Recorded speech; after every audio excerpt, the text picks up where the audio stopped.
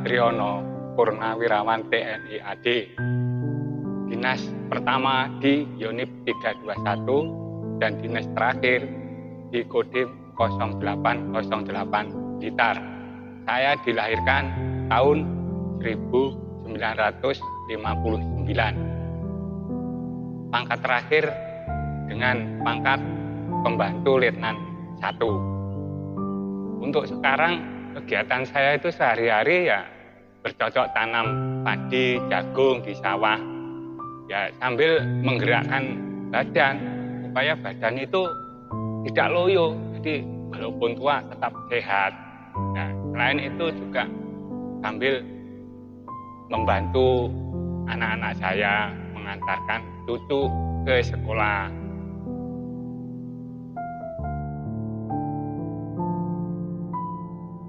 Saya itu dari keluarga besar, 10 bersaudara. Saya yang nomor 5, sedangkan orang tua saya itu dari keluarga biasa, jadi petani. Petani itu bukan berarti punya sawah seperti ini, tidak. Jadi buruh-buruh. Selain itu juga sambil mengambil getah pohon kelapa itu untuk gula kelapa. Jadi ya istilahnya kalau sekarang itu buruh.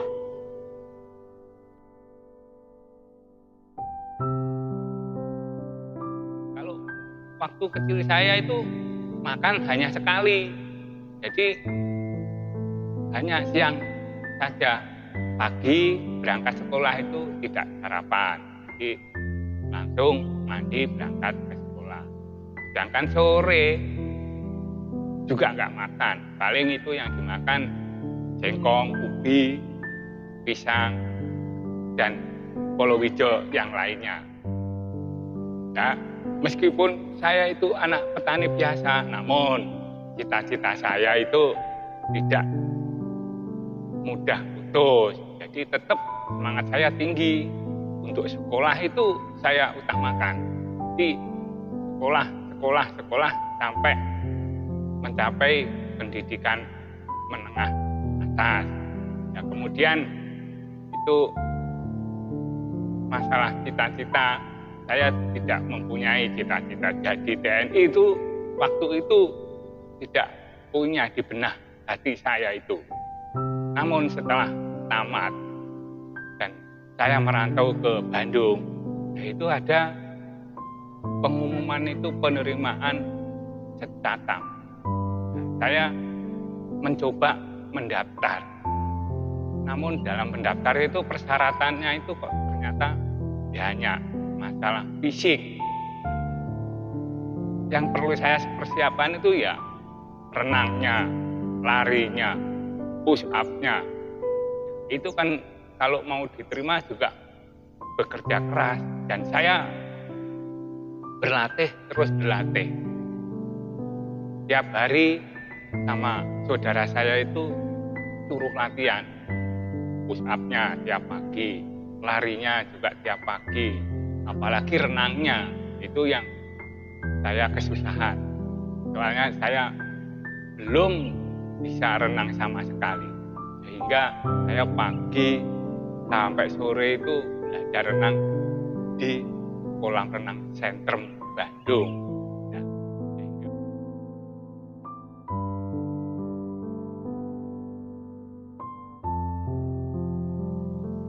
Nah, setelah saya siap fisik saya, kemudian saya mendaftar ke Inmindam Bandung. Nah, setelah melalui tes demi tes, ya, alhamdulillah saya tinggal menunggu pengumuman. Nah, setelah ada pengumuman, nomor saya itu dinyatakan lulus. Saya sangat senang, gembira, dan orang tua saya juga sangat gembira.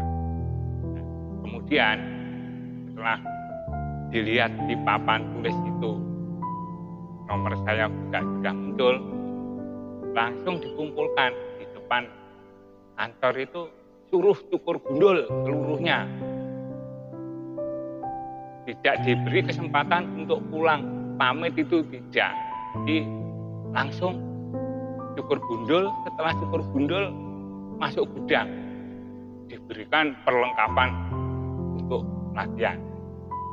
Jadi kelengkapan peci, helm baja tanpa pelindung dalam itu, terus senjata, kemudian pakaian itu satu setel, termasuk sepatunya. Nah, setelah komplit itu langsung ganti pakaian itu bersama-sama naik truk, dibawa ke tempat depo pendidikan Setatam di Pangalengan, Bandung.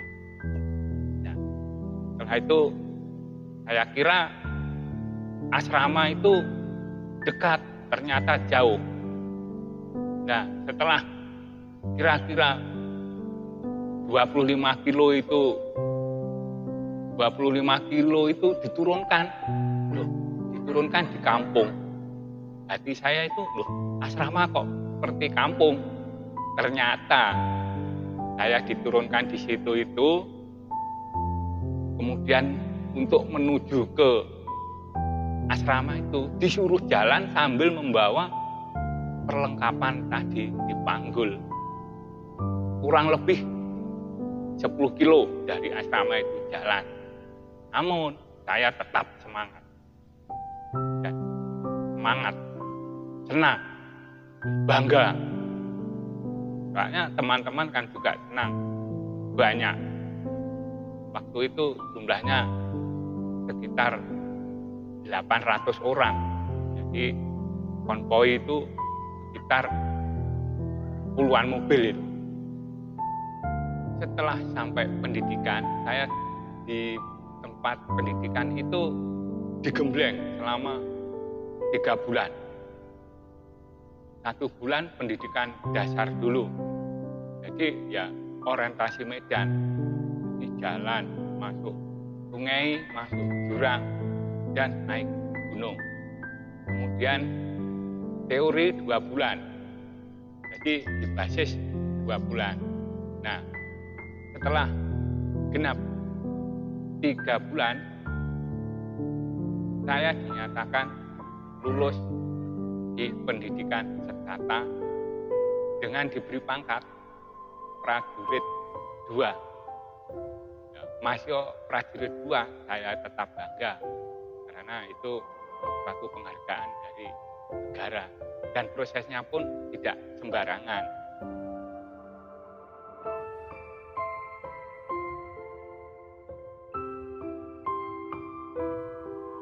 Nah, setelah dinyatakan lulus, kemudian saya dilantik dengan pangkat prajurit 2 tadi, kemudian menunggu di lapangan, memanggil untuk diarahkan ke kecabangan masing-masing atau ke kesatuan batalion masing-masing.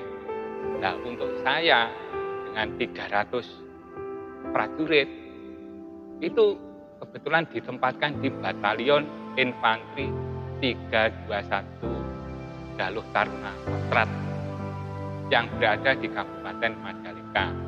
Dan setelah sampai di batalion, berlatih kurang lebih 6 bulan, kemudian saya diikutkan bertugas di Timor Timur tahun 79. Nah, setelah bertugas di Timor Timur selama 18 bulan, saya kembali ke asrama alias ke basis unit 321. Ya, alhamdulillah saya itu masih diberikan selamat, walaupun teman-teman saya itu ada yang gugur. Ada 4 orang pada waktu itu. Dan saya juga ikut berdoa mudah-mudahan jasa-jasanya beliau diterima di sisi Tuhan. Ya, setelah kembali ke basis, kemudian mengikuti latihan lagi selama 8 bulan. ternyata di Timur Timur itu ada kejadian yang mengerikan. Nah, sehingga batalion dipanggil lagi bertugas ke Timur Timur. Kemudian saya juga ikut waktu itu dengan naik pesawat Garuda dan Hercules. Jadi saya ikut bergabung di situ tahun 81 itu kalau nggak salah. 81 sampai 82. Jadi yang kedua itu saya bertugas ke Timur Timur pada waktu itu. Kemudian yang ketiga itu tahun 86. Waktu itu saya sudah membawa satu tim sebanyak 15 orang di daerah operasi itu. Jadi di sana saya diturunkan di wilayah Ainaro, sehingga saya berjalan kaki sampai Los Palos di wilayah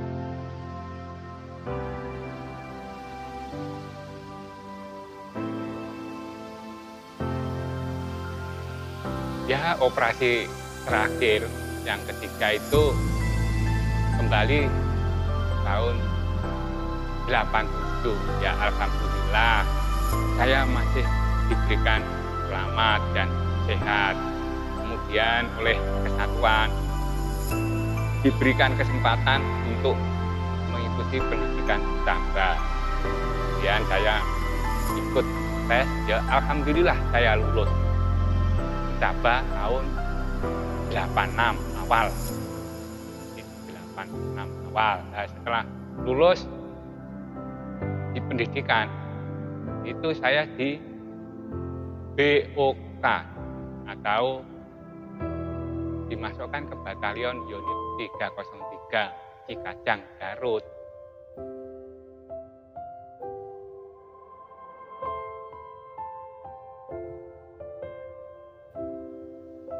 Ya, dulu waktu saya berangkat tugas yang kedua itu saya sangat berat. Soalnya apa? Istri saya itu kan sedang mengandung 8 bulan. Nah, coba bayangkan.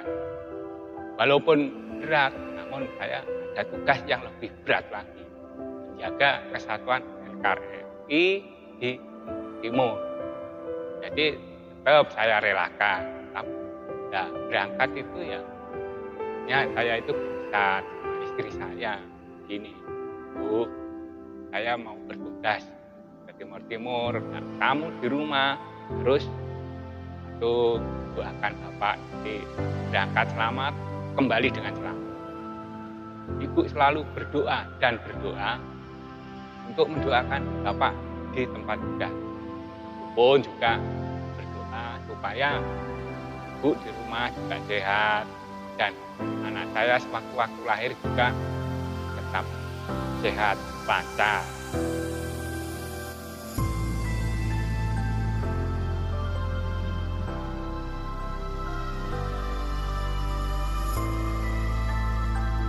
Ya alhamdulillah saya oleh negara juga diberikan penghargaan yang berupa satu setia lencana 8 tahun, setia lencana 16 tahun, dan setia lencana 24 tahun. Kemudian pensiun juga diberikan penghargaan dari Bapak Presiden Bambang Yudhoyono.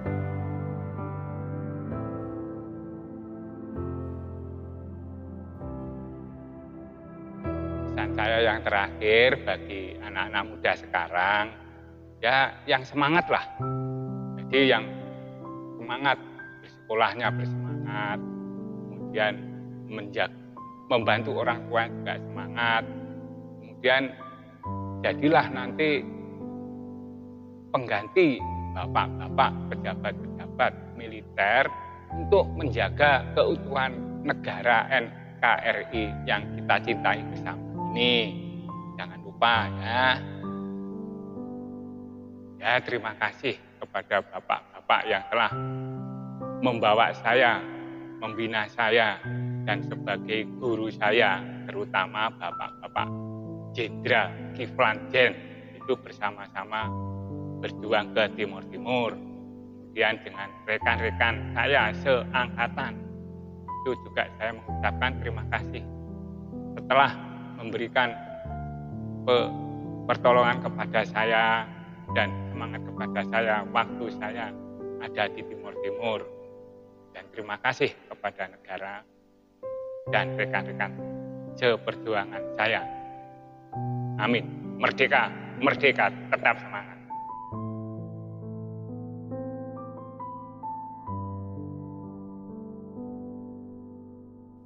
Saya Tamiati, dari istri seorang purnawirawan TNI aktif.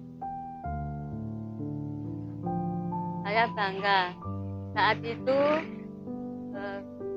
suami saya bisa membela negara dan bangsa.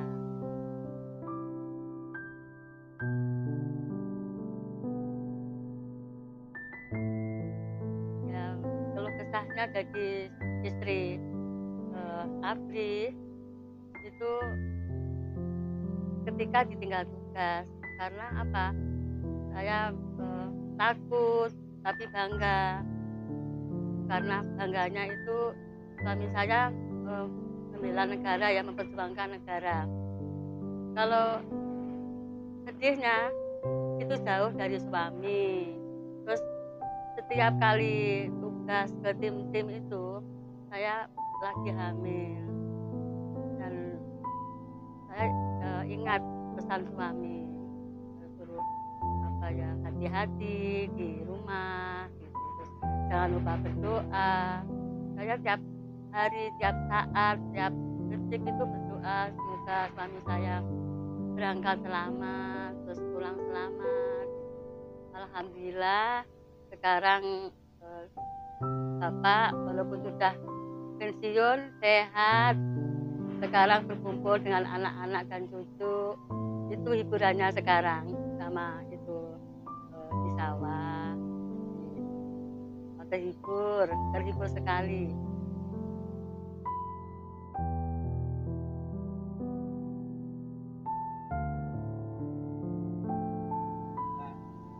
Jadi seorang istri prajurit itu harus siap, walaupun tiap saat ditinggal tugas, karena memang itu udah janjinya setelah belum menikah itu udah dijanji sama Pak Komandan itu.